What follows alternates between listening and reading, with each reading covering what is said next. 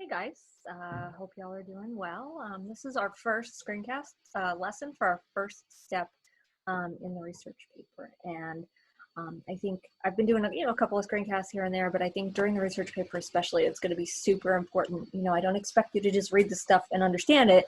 That's why I'm here to sort of give the instruction that you would be getting if we were in the classroom. The most important thing for you to remember is that, yes, this video is always going to be here and you can come back to it, but that might not be enough, and maybe you need to reach out and talk to me. I would love to talk to you guys, help you out sort of one-on-one. We can do video chat, we can do phone calls, we can do whatever to help you out with this paper. So I'm going to start off here. I'm going to share my screen.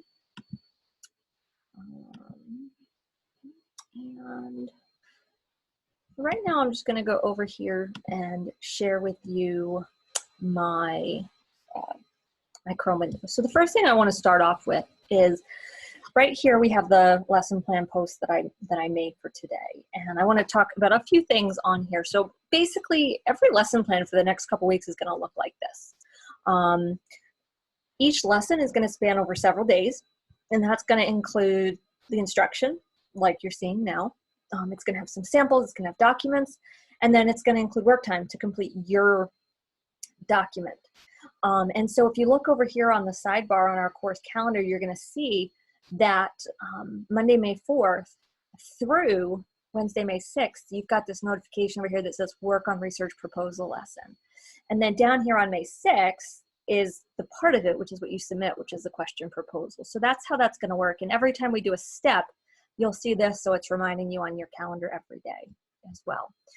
Okay, but so how do we get at the stuff that we need to do this? Well, I mentioned before, I've created one sort of go-to one-size-fits-all place to find all your research paper materials. And you get there by clicking this. This is going to take you out to a Google slideshow. I'm going to go over there in a second. Real quick, this is just your reminder that you need to reach out if you're confused or you're saying, I don't know what I'm doing. Don't just complain to your parents that you don't know what to do. Get in touch. That's your responsibility. I don't assume you're capable of doing this all entirely on your own without teacher help, but I can't force you to reach out. That's what you've got to do. Okay, so when you click on this link, it's going to take you over here to this Google slideshow. And you may have already even looked at this, but basically to give you a quick overview, this Google slideshow has all 7 steps of your research paper. And so every day, every lesson, I'm going to link to this same Google slideshow. And I'm going to tell you which slide to look at. And today, for question proposal, I said you're looking for the orange slide. So we're going to take a look at this. You're going to see a couple of things. It has the label up there for the step that we're on. It has the due date. It's always going to have that. The screencast, right now there's no link because obviously I'm still in the middle of making it. You're going to see a set of instructions. You're going to see a finding questions example, which I'll show you a little bit later, and then a link to the Schoology assignment to complete and submit the proposal. You'll be able to click on this. If you click on that Schoology assignment, it's going to take you right out to here. And here's where you're going to find your doc, which obviously none of you have started it yet. So I'll open that and we'll get back to that later. All right. So this screencast is going to show you a couple of things. I'm going to introduce you first to what this proposal looks like and what you're going to have to do. And I'm also going to help you to kind of figure out, okay, how do I figure out what to fill in here? So let's start here. These are the things, this is the doc that you're going to be submitting by Wednesday night. So the first thing is what topic you're interested in learning more about. And this is just sort of like a 1 or 2 word social media, mental illness kind of thing, or, technology in aviation or that kind of thing. So this is just a word or 2. One thing that I'll point out here is if you click on this blue, it's going to take you out here to this topic ideas list. Now I shared this a couple of days ago. So if you've been paying attention, you might have already seen it. And here's some ideas of potential topics that you might be interested in. If you just say, oh, I have no idea what I want to write about, these could give you some ideas. One thing I'm going to point out to you right now is that self-driving cars are not, they're off limits in terms of a topic. And that's because my examples that I'm about to show you use that as the example. And Like, no offense, but I'm not going to let you just copy what I've already done. So you can't choose self-driving cars, but there's a whole bunch of other options that you might be interested in exploring. But you know, you're not limited to this. If you have something, anything related to the subject of technology that you're interested in, you could potentially do it. You know, some of these projects are certainly, some of these topics that you see here are certainly easier than others. Some of them are more workable, but this is just meant to give you a starting place. So if you really have no idea what topic you want to choose, here's where you should come. All right. Why are you interested in this topic? This is literally just you. Why is this a topic you want to learn more about? Some related issues or topics. We're going to get to that. I'm going to show you how to come up with that in just a minute. And then I'm asking you, what are 3 things you want to know about your topic? And we'll talk about that too. So these are the only 4 questions you're submitting in terms of your research question proposal. These 2 are real simple. These 2 require a little bit of work to get to, and I'm going to walk you through kind of a process of how to get to them momentarily. Before we do that, I just want to come back over here to our slide. Proposal instructions. This is another doc, and this is just kind of a reference sheet for you to have after my screencast here. So the goal of the proposal is to identify some potential topics and choose something. Really, that's the goal. And then you're going to formulate your question. The one thing I want to make sure that we understand is right here, a question is not the same thing as a thesis. This isn't something you're setting out to prove. It's something you want to learn, which I know is really different from how we usually approach research papers. So what we're going to do is I'm going to sort of show you this process to narrow from topic to question. We're going to sort of start with our topic, look at some potential alternate search labels for it, look for some related issues, and then translate those into questions. So the example is down here, but actually I'm going to walk through that separately. So for right now, we'll just stop here. But just so you know, it's all right here to the PowerPoint that I'm about to go through. All right. So, and it's also right here under this finding questions example. So you basically have everything in a couple different places here. I want to walk you through how I went from topic to question, which remember, that's what you're going to have to do here. You're starting out with your topic, and then you sort of figure out what are related issues and then turn those issues into questions. All right, so I'm going to stop sharing my screen here for a second, and you get my beautiful blinds and dining room curtains behind me. The lighting is not doing so hot in the library right now, which is why I'm in the kitchen. Give me just a second to share back. And this is the PowerPoint that I want to share. So we're going to start here. And this is sort of a process to go through. So the first thing I want to do when I am trying to go from topic to questions, I'm going to start off with my topic. And like I said, in this example, I'm using self-driving cars.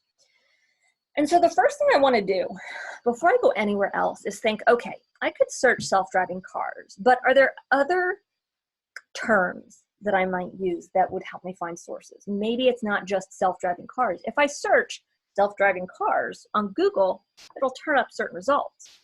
But if I use a different keyword, it might turn up something different. So I brainstormed a couple of options here. I could call them autonomous vehicles or autonomous cars. I might get different results. I could call them connected and autonomous vehicles. I could call them driverless vehicles or driverless cars. I could call them robotic vehicles, robotic cars. I could call them robo cars. Depending on which of these search terms I put in, I might get different results. And that's going to be really important because when it comes, obviously we're not there yet, but when it comes time to searching sources, you guys will say, I can't find anything. These databases aren't good. But I find that just by changing the way you're searching, changing the word that you're looking for, can sometimes help quite a bit. All right. After we have some other terms that we just want to kind of hang on to in the back of our head, we want to start sort of saying, okay, well, what are the issues related to this? So the first thing I'm going to do, and the first thing I recommend you do, is say, okay, what issues can I think of off the top of my head that are related to this subject? And so when I think of of self-driving cars, first thing that pops to mind is safety, right? How safe are they for the drivers, for other cars on the road, whatever. Pedestrians, drivers and their passengers, how safe are they on highways versus in the cities? How safe are they for animals? Like, what if the cat runs out in the middle of the road, or a bunny, like, poor deer? What's the deal with the safety related to self-driving cars? I thought about like self-driving vehicles in terms of public transportation, like buses. I mean, how might that play into it? How might self-driving cars affect shipping or commerce? So many people are employed driving trucks and making deliveries and that kind of thing. And if those types of vehicles went autonomous, that could have a huge impact on the shipping industry. Similar to buses, what about planes and trains? I mean, we're thinking about autonomous vehicles and we think of cars, but what if we're talking about other types of vehicles? Like, autopilot is something that we might even say, you know what, I don't even want to work on cars anymore. I want to look at autopilot technology or train technology. I might be interested, some related issues are logistics, like how do they work? What keeps them from running into each other? Like, how do we reconcile like autonomous cars and, traditional cars on the road at the same time? What are the logistics of that? And I mean, of course, obviously, finally, like, what's the technology, right? Like, how do they work? What's involved? These are all sort of related issues. And now, obviously, I cannot address all of them in this paper, but they're a starting place. Now, I came up with these off the top of my head just because of what I know about the subject, but I want to dig a little bit deeper than that. So my next step is I'm actually going to go over to a Google search. In some of the materials, I think I said a database search, but we haven't done that yet. So just go over to a Google search, and I can't show you this right now without totally getting out of the PowerPoint and whatnot. But you go over to Google and you type in one of those or more of those keywords that we came up with, and just start to browse the results. In fact, I will go out of here because I want to show you what I saw when I did that. So if I go over here, I apologize for having to keep bopping back and forth, but when I did a Google search on self-driving cars, and all I'm doing is I'm skimming these. It talks about the weather. Gosh, that hadn't even occurred to me. How does weather affect self-driving cars? Little mistakes that Google Maps or Siri makes. That didn't even occur to me, right? We all know those stories of Google Maps that like have you turn to go into a lake or something. If we're not there to override it, what's going to happen?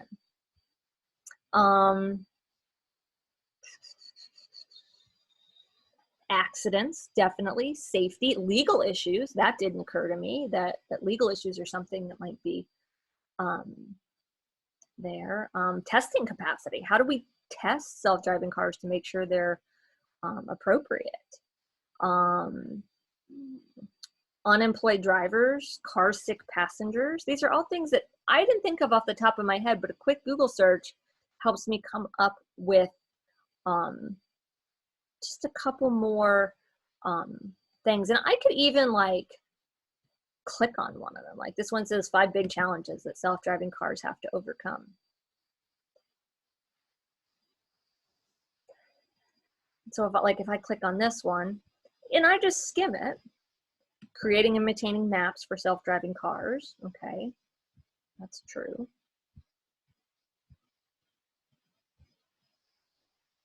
Going kind of slow here. It's not loading. What's this one? Driving requires many complex social interactions, which are tough for robots. Bad weather makes everything trickier. Yeah. Cybersecurity will be an issue. Huh. Like that didn't even occur to me. What if your driverless car gets hacked, right? So that's not to say driverless cars are bad, but in looking at this, I got some ideas that I might be interested in. These might be questions that I want to explore that I wouldn't have even thought about had I not done that. So when I go back over to my my PowerPoint,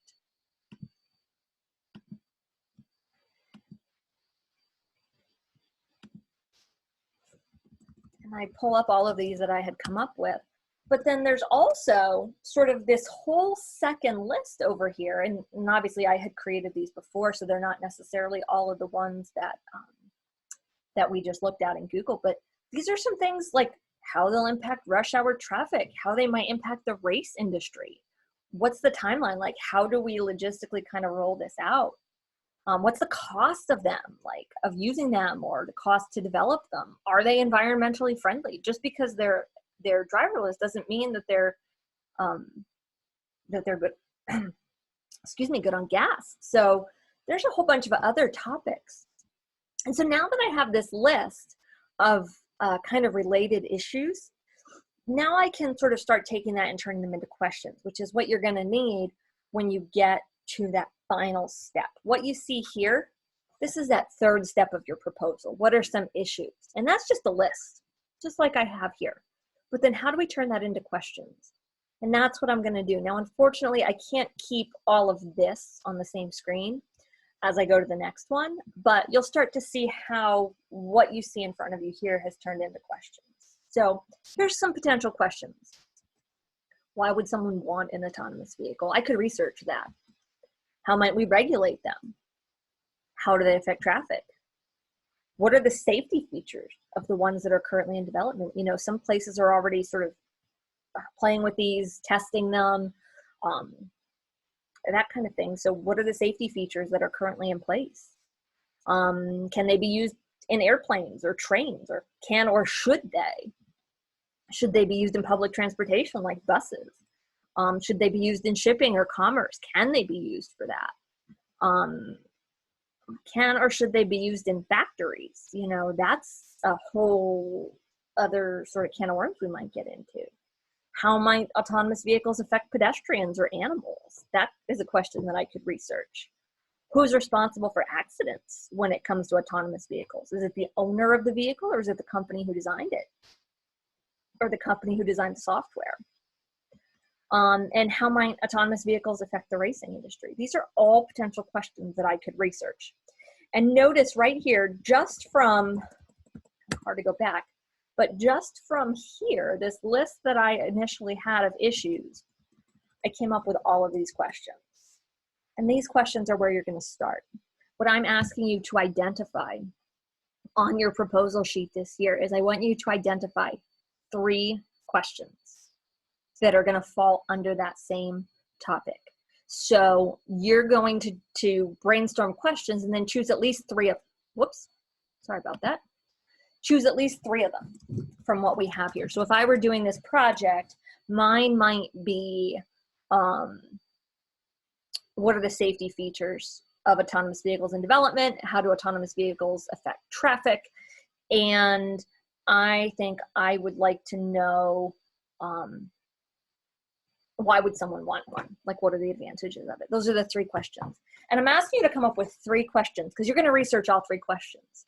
Ultimately, the goal is you're going to have one source for each question, and you're going to make the three chunks of your research paper are going to be like, here was my question, and here's what the research said that I found. Right?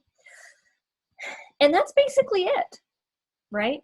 So just sort of to wrap up, I want to take you back over to Chrome. And I want to show you this. If you recall, when I clicked on proposal instructions, we came over here.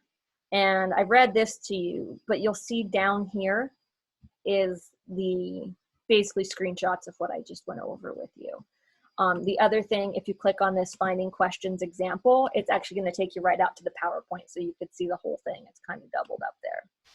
And then you're going to do your Schoology assignment to create and submit your proposal. The quicker you get this done, the quicker you get feedback from me. And if you need some redirection or you need some help, I can help you with that. All right. And then finally, remember, this is your proposal. This is what you're submitting on Schoology. Your topic, why you're interested in it, the related issues. Those are the things that you came up with here. And then the 3 things you want to know about your topic. Each should be a complete sentence in the form of a question. And they're going to be like the ones that we have here. One tip, why, how, and should questions are probably the best ones to put there. We don't want yes or no questions. They're too easy to answer. In fact, I'm going to add that here. Not any yes, no questions. Nothing that's super simple. All right. And that's your lesson for today. Please, once again, don't hesitate to get in touch. If you want some help talking out your topic, if you're not sure what topic you might want to use, that's what I'm here for. I'm available every single day to talk to you guys via Zoom. And I hope you're doing well, and I hope to hear from you soon. Bye.